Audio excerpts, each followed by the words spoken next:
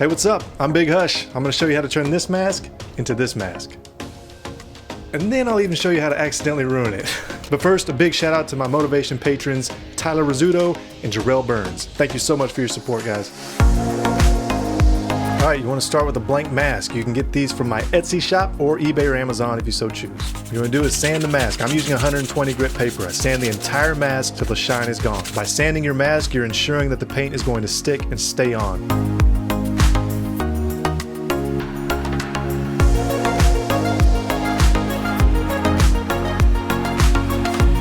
Now I'm using a heat gun to reshape the mask. I want this thing to look like old, dented, dinged up copper metal. So I don't want to cut it and break it and damage it the way I normally would a mask. I want to reshape this thing. And it's hard to tell, but I'm just basically putting a bunch of dents and dings and just giving it just an odd shape, which is more unsettling than a symmetrical mask if you ask me.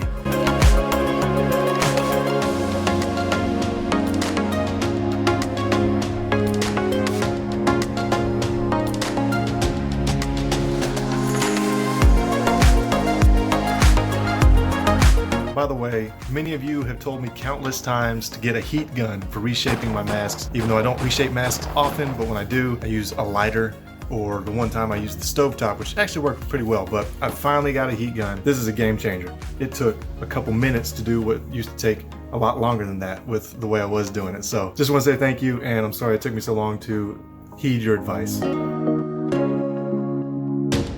This is something I wish I did on more masks, and that is damaging and reshaping the lower two snaps. It adds so much to the age of the mask to make these look beat up.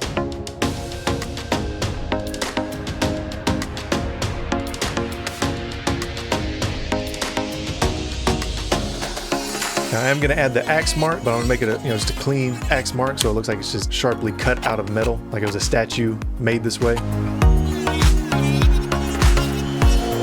And some of the reshaping I did on the mask left some humps and things I didn't like, so I'm using the Dremel to smooth out some edge areas. I'm also using the Dremel to add some dings into the metal, just to give it some age, but not like actual battle damage or anything like that.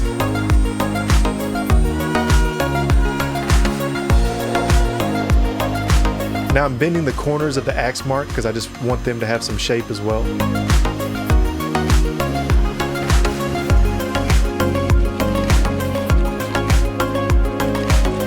Here you can see the shape of the mask, so I just really wanted to look dented and dinged and misshapen like old copper metal.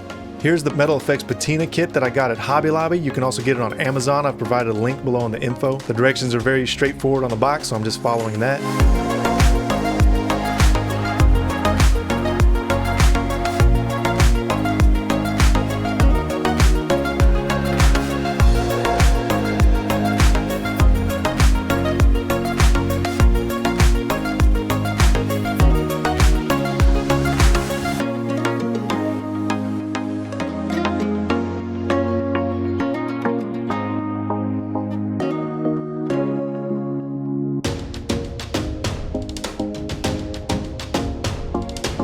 I'm using the Chevron template that you can get from my Etsy shop for just $2. Please go get you one. You can use it for a lifetime.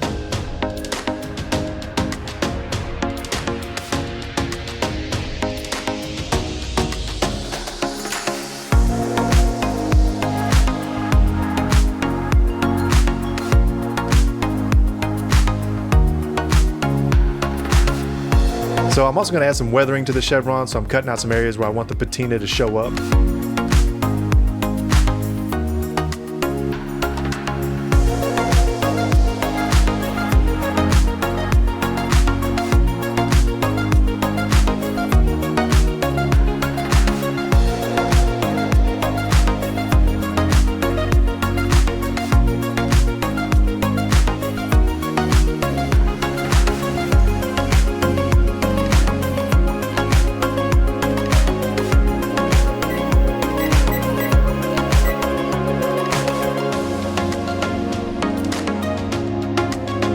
Now this second layer of copper paint has to be wet when you apply the aging solution, so that's why I'm painting it while it's hanging from the hook, because I'm going to paint it and then immediately apply the aging solution across the entire mask.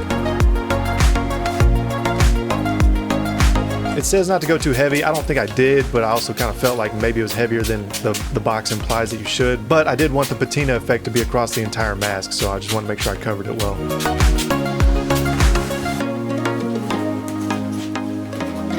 I thought this was cool to watch. It's a 30-minute process condensed down to 30 seconds, but you can see the patina effect come through.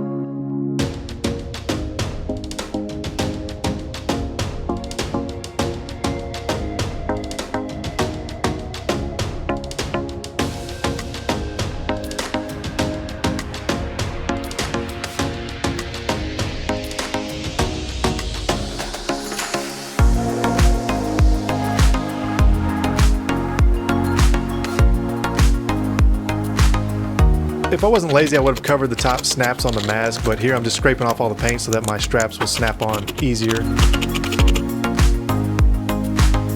Here for the lower two snaps, I want them to look like they were a different kind of metal that rusted out. I don't want them to have the patina effect on them and imply that they're made of copper. So I'm covering the patina overspray with some, just any kind of brown that looks like rust, and mixed it with the primer color that's already there. It looks like really good rusted out snaps.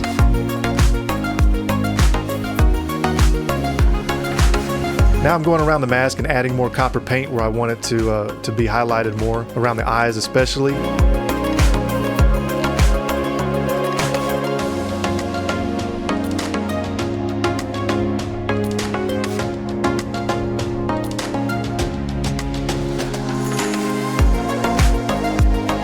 I really liked the primer color for the Chevron initially, but then I changed my mind and decided I wanted that to be copper as well, so I'm painting over that.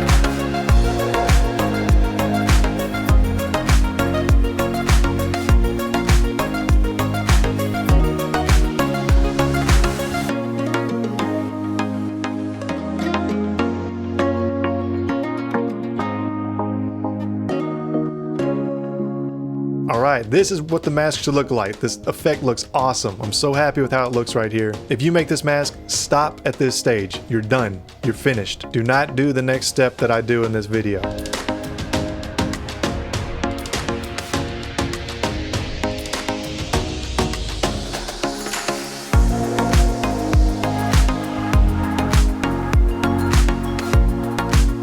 As you all know, I always add a clear coat finish to my masks. I want it to shine and I want to protect my work. But I didn't know you're not supposed to do a clear coat finish on this metal effects paint.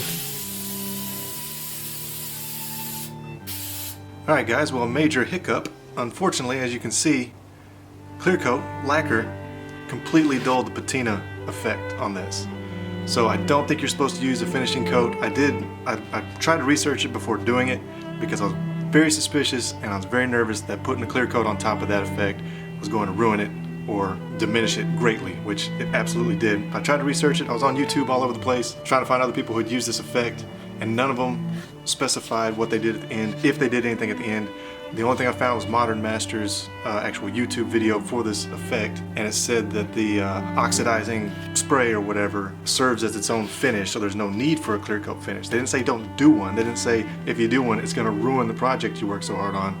I knew this was a possibility. That's why I filmed the mask before I did this, so that you could see what the mask looked like and what it's supposed to look like. If you make this, stop there. Stop at that point. Do not put a clear coat finish on it, otherwise this is what's going to happen. I took one for the team. Be warned.